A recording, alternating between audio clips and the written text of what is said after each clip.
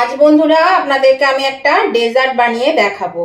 তো তার জন্য এখানে নিয়েছি কলা। এখন তো প্রচণ্ড গরম, এই গরমের মধ্যে একটু ঠান্ডা ঠান্ডা খেতে কিন্তু বেশ ভালো লাগে।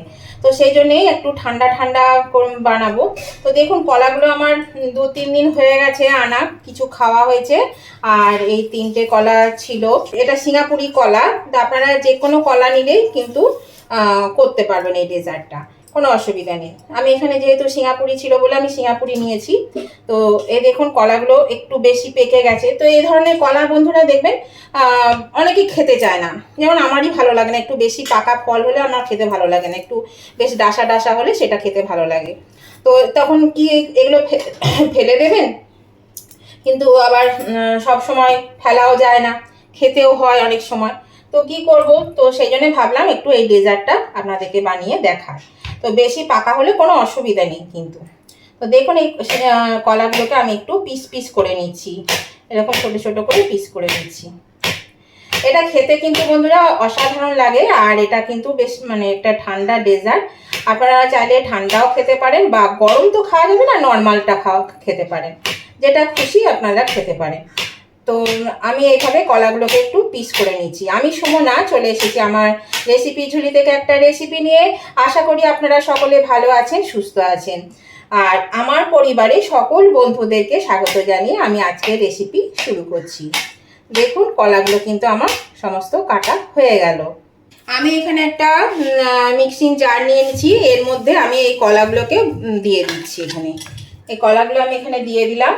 এর মধ্যে দিয়ে দিচ্ছি এখানে পরিমাণ মতো একটু চিনি নিয়েছি। খুব বেশি চিনি দেব না, কারণ আমি এখানে যেহেতু কলাটাও মিষ্টি, তারপরে এই যে একটু দুধ দিয়ে দিলাম, দুধটাও একটু মিষ্টি। আর দিয়ে দেবো একটু এই যে এখানে এই কর্নডেক্স মিল্ক আছে, এই কর্নডেক্স মিল্কটা আমি একটু দিয়ে দেবো। দেখুন এটা দিয়ে দিচ্ছি এর মধ্যে। এটা অপশনাল, এটা যদি বাড়িতে থাকে তাহলে দেবেন, খেতে কিন্তু বেশ ভালো লাগবে। আমার এটা শেষ হয়ে গেছে, আমি চেঁচে কুচে দিচ্ছি আর কি, সেই জন্য এটা দেখুন 1 টেবিল স্পুন মতন হলো, এটা আমি এর মধ্যে দিয়ে দিলাম। আর দিয়ে দেবো, যেহেতু মিষ্টি জিনিস সেই জন্য কিন্তু সামান্য একটু নুন না দিলে ভালো লাগে না। এক বন্ধুরা ছোট্ট চামচে ডগার করে 1 চিমটে নুন আমি এর মধ্যে দিয়ে দিলাম।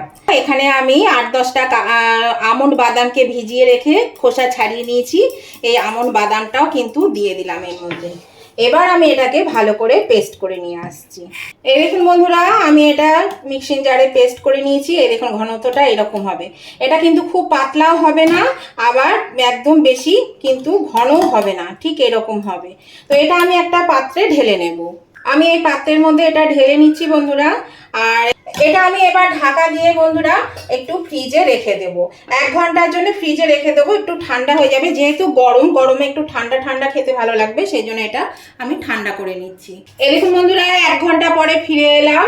দেখুন এটা কেমন হয়েছে, এই দেখুন এই যে। আর যেহেতু এটা কলার, সেই জন্য একটু তো কালচে কালার আসবেই।